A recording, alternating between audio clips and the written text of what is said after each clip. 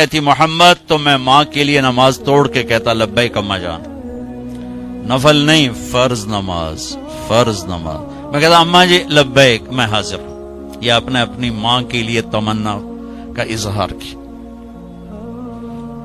اور پھر جب آپ حج پہ تشریف لے گئے، ماں کا انتقال ہوا تھا 6 برس کی عمر، آپ جا رہے ہیں 63 برس کی عمر میں، 57 برس کا فاصلہ ہے۔ 7 دن بعد آنسو نکالنا بھی چاہو تو نہیں نکلتے۔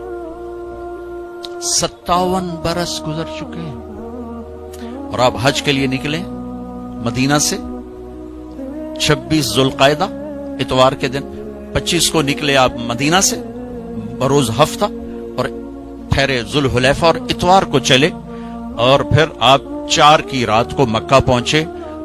بیچ میں 1 یا 2 کو آپ ابوا پہنچے، جہاں آپ کی والدہ ماجدہ انتقال فرما گئی تھیں۔ جب آپ مدینے سے واپس آ رہی تھیں تو 3 افراد تھے، ایک ماں، ایک ام ایمن، وہ ماں ہیں انہوں نے دودھ پلایا، ایک آپ کی ذات مبارک، اور ابوا کے پہاڑوں میں آ کر زندگی ہار گئی۔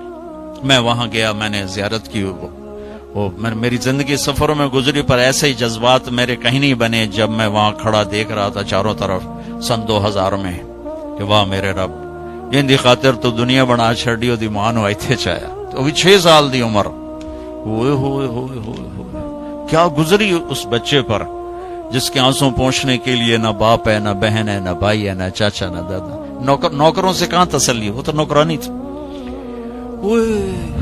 چلو اللہ 4 دن روک لیتا تو مدینے میں موت آتی، تو ادھر بھی رشتہ دار موجود ہیں۔ 4 دن پہلے نکال دیتا تو مکے پہنچ جاتی، وہاں موت آتی تو وہاں بھی موجود ہے۔ یہ کیا سٹ بنایا کہ جنگل میں ماں کو موت دی، 25 سال کی عمر۔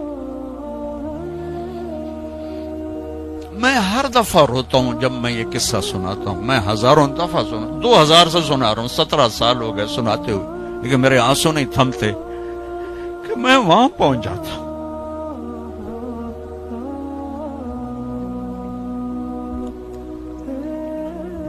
زندگی یہ روشنی آدمی کو دھوکہ دے دیتی، پھر یہ جیسے کاروباری لوگ ہیں، انہیں پیسے کے سوا سوچتے ہی کچھ نہیں۔